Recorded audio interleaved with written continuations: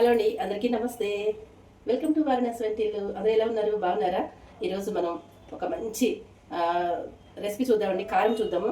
మనకి పుల్లటి పప్పుల్లో పులుసుల్లో వేసుకోవడానికి చాలా బాగుంటుందన్నమాట. అలా పెట్టుకుంటే కనుక పొడి ఉంటే కనుక పచ్చడి చేసుకోవడం కూడా ఈజీగా చేసేసుకోవచ్చు. నేను ఎలా ఈజీగా చేసుకుంటున్నానో అలాగే మీకు కూడా చూపించాలని అనుకుంటున్నాను. నచ్చినట్లయితే తప్పకుండా చూసి ఎలా ఉందో మీ అభిప్రాయాన్ని కామెంట్లో పెట్టేస్తారు కదా, ఓకేనా? అయితే ముందుగా నేనండి కందిపప్పు తీసుకున్నానండి.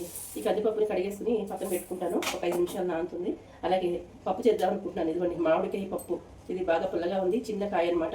మొత్తం అంతా వేసుకుంటున్నాను. కందిపప్పు కాదండి, కందిపప్పుకి కాస్త ఎక్కువ పులుపు పడుతుంది, పెసరపప్పుకి తక్కువ పులుపు పడుతుంది అనమాట. అయితే కరివేపాకు, పచ్చిమిరపకాయలు, మామిడికాయలు ఇవ్వండి కట్ చేసేసుకుని పెట్టుకున్న పక్కన. ప్రతిరోజు ఇదిగోండి వాల్నట్లు, బాదాము నానబెట్టుకుని తింటామన్నమాట. ఇది కూడా ప్రతిరోజు పులగం అమ్మవారికి నివేదన చేసి ఇవి కూడా నివేదన చేసుకుని ఎలాగో రాత్రి నానబెడతాం కదా, అందుకని పులగంతో పాటు ఇవి కూడా అమ్మవారికి నివేదన చేసేస్తారు మా వారు. చేసి మేమిద్దరం తినేస్తాం అన్నమాట. ప్రతిరోజు ఒక 3 వాల్నట్లు, 5 బాదాము నానబెట్టుకుంటాం. ఇద్దరికి చెరో 5 బాదాము, చెరో 3 వాల్నట్లు నానబెట్టుకుని ప్రతిరోజు తింటామండి. మీరు కూడా తినండి, ఆరోగ్యానికి చాలా మంచిది. నాకు తెలిసిన విషయం మీతో షేర్ చేసుకోవాలి కదా, అందుకని ఇవి పక్కన పెట్టేస్తాను. ఈ పప్పు వేయడం చాలా చాలా ఈజీ అండి.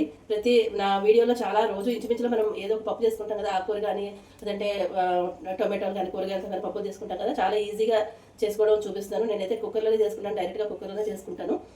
కొద్దిగానే ఆయిల్తో చేసుకుంటాను, మరీ ఎక్కువ ఆయిల్ అవి వాడను.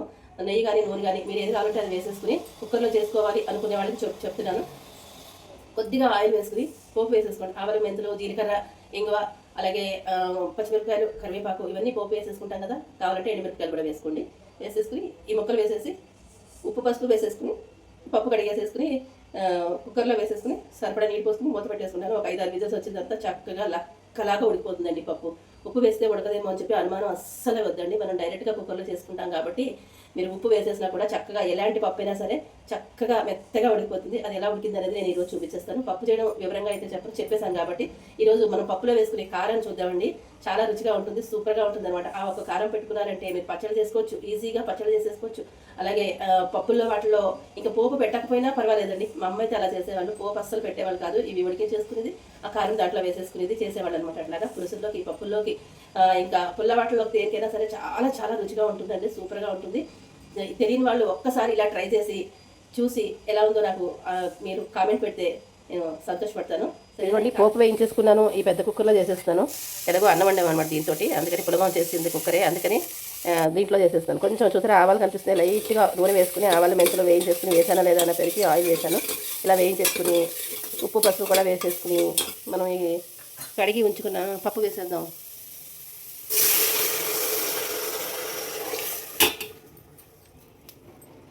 ఎంత ఈజీగా ఎంత సులభంగా చెప్పాను. మీకు సరిపడా నీళ్ళు పోసేసుకుని ఇంకా కొంచెం నేను నీళ్ళు పోసుకుని మూత పెట్టేస్తాను. ఉప్పు కూడా వేసేసాను, చూసారు కదా. నేను ఇది ఉడికిన తర్వాత మీకు ఎలా ఉడికింది అనేది మీకు మూత తీసి చూపిస్తాను. ఇదిగోండి మిరపకాయలు నేను ఈ కప్పు 1 కప్ అనమాట. ఇది మన మెజరింగ్ కప్పులు ఉంటాయి కదా, ఆ కప్పుతో కప్పుడు పెట్టుకున్నాను.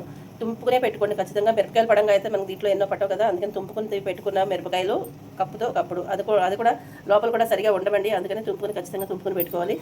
దానికి కావాల్సిన ఇదిగోండి ఇంగువ, ఈ మాత్రం ఇంగువైనా ఉండాలి. మీరు ఇంగువ మీ ఇష్టం, మీ దాన్ని బట్టి చూసుకుని వేసుకోండి. ఇదిగోండి ఈ స్పూన్తో 1 స్పూను ఇలాగా మెంతులు, ఆవాలు దానికంటే తక్కువ ఆవాలు, మెంతుల కంటే కొంచెం తగ్గించి ఆవాలు తీసుకోండి. ఇలా తీసుకుని ఇవన్నీ కూడా కొంచెం ఆయిల్లో మనం వేయించేసుకోవాలన్నమాట. కొద్దిగా ఆయిల్ సరిపోతుందండి, ఎక్కువ వేయాల్సిన అవసరం లేదు. ఇదిగోండి నేను ముక్కలు పెట్టుకున్నాను. ఈ ముక్కలు పెట్టుకుని దీంట్లో కొద్దిగా అంటే కొంచెం ఆయిల్ వేసేసుకుని ఫస్ట్ ఇంగువ వేసేసుకుని వేయించుకోవాలండి. ఇంగువ పొంగించేసుకోవాలి.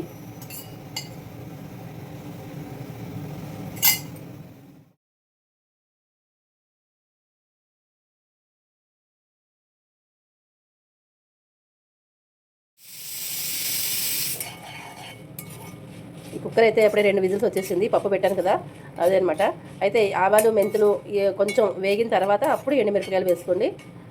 ఎండుమిరపకాయలు వేగేటప్పటికి ఆవాలు మెంతులు కూడా వేగిపోతాయి అనమాట. ముందుగా ఇంగువ మాత్రం పొంగించుకుని తీసుకుని పక్కన పెట్టేసుకోండి. ఇలా మొత్తం వేగిన తర్వాత ప్లేట్లో తీసుకుని బాగా చల్లగా అయిన తర్వాత మనం పౌడర్ చేసేసుకుని పెట్టేసుకుందాం. ఇవ్వండి మనం వేయించుకున్నాం కదా, ఇవి కొద్దిగా చల్లగా అవ్వాలి. చల్లగా అయిన తర్వాత మిక్సీలో వేసేసుకుని కొంచెం మనం పౌడర్ చేసుకోవాలన్నమాట.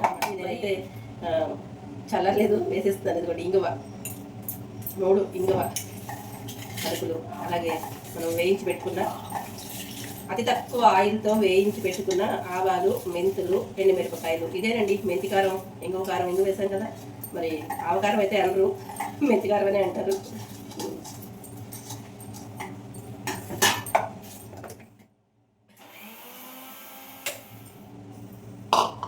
తిరిగిపోతుంది దీంతో కనుక చేస్తే మన పప్పు పులుసు ఏదైనా సరే, అదే పుల్లటి పప్పులు చూసారా. ఇలా మీకు ఎప్పుడు కావాలంటే అప్పుడు కొద్ది కొద్దిగా చేసుకుని ఇది స్టోర్ చేసుకోండి. ఎక్కువ కూడా చేసుకుని పెట్టుకోవచ్చు. మీ పిల్లలు విదేశాల్లో ఉన్న పిల్లలకి ఇలా చేసి పెట్టండి. పప్పు ఉడికించేసుకుని చక్కగా ఇంత కారం వేసేసుకుంటారు. చాలా రుచిగా ఉంటుంది, సూపర్గా ఉంటుంది అనమాట. చూసారా, నేను ఇలా పెట్టుకుంటాను. ఎప్పుడు కావాలంటే అప్పుడు మనం ఉపయోగించేసుకుంటాను. అది నచ్చిందా మీకు? ఇది ఎంత ఈజీగా చూసారా, చాలా రుచిగా ఈజీగా చేసే విధానం చూపించేశాను. ఇదన్నీ పాత పద్ధతులు అండి, పాత పూర్వం నుంచి వస్తున్న పద్ధతులు అనమాట ఇవన్నీ. మా అమ్మ వాళ్ళు, అమ్మమ్మ వాళ్ళు, వాళ్ళ అమ్మగారు వాళ్ళందరూ కూడా చేసిన విధానమే అనమాట. ఓల్డ్ ఏజ్ గోల్డ్ కదా, మనకి పాత పద్ధతులు అన్నీ చాలా చాలా బాగుంటాయి. వాళ్ళు రుచిగా చేసేవాళ్ళు, శుచిగా చేసేవాళ్ళు. మా ఇంట్లో అయితే అంత మడిగా చేసేవాళ్ళు అంతా కూడాను. ఇది నేను ఒక గాజు సీసాలో పెట్టుకుని మూత పెట్టేసుకోండి. ఈ పప్పు ఉడికిన తర్వాత దాంట్లో వేసుకుందాం మనం. ఇప్పుడు వచ్చి ఏమీ ఎండుమిరపకాయ పోపు పెట్టలేదు, అలాగే పచ్చిమిరపకాయతోటే చేశాను. పోపు ఏం పెట్టలేదు, ఎండుకారం కూడా వేయలేదు. ఈ కారమే వేసుకుని చేసుకుందాం.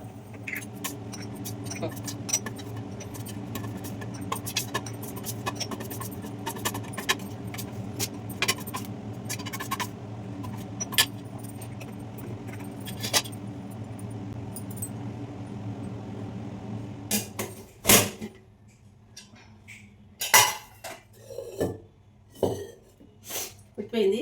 మనం ఇప్పుడు దీన్ని కారాన్ని ఇందులో వేసేద్దాం.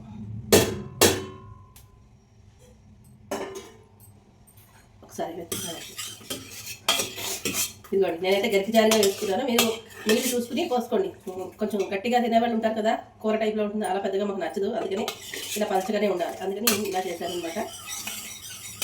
కావాలనుకుంటే ఒకసారి స్టవ్ మీద పెట్టుకుని మరిగించుకోవచ్చు, లేదనుకుంటే ఇలాగే మనం తినేసేయచ్చు. కావాల్సిన వాళ్ళు ఇందులో కొత్తిమీర వేసుకోండి. కొత్తిమీర వేసుకున్న సూపర్గా ఉంటుంది. రెడీ అయిపోయింది.